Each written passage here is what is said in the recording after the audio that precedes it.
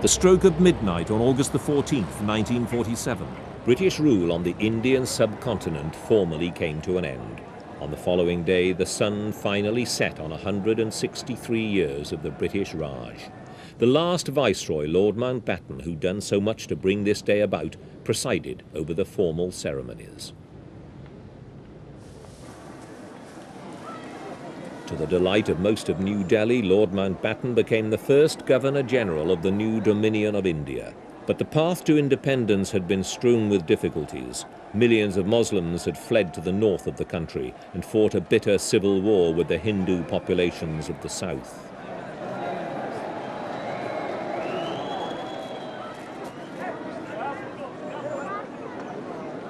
Their leader was Jawaharlal Nehru, who was to take over the reins of the Indian government as the country's first Prime Minister.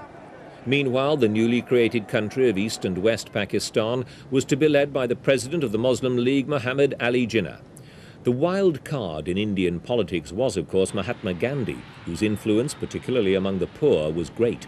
He was against Western modernization and insisted that India should find its own local solutions to the huge problems the Mountbattens were leaving behind. Not the least of Lord Mountbatten's problems was the obstinacy of some of India's Maharajas. They were reluctant to hand over power to the new government. They'd enjoyed traditions and privileges that went back centuries, traditions which the British had encouraged so long as the Maharajas didn't interfere in the running of the empire.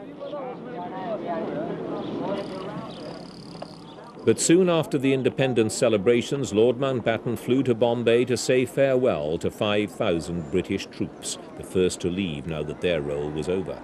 It was here that so many of them had had their first glimpse of India after the long journey from Britain.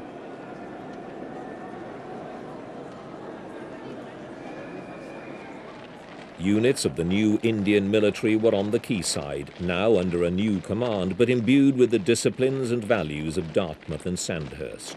As for Lord Mountbatten, he was rewarded with an earldom by a grateful government for his part in Britain's withdrawal, for bringing in a new era for so many millions of people.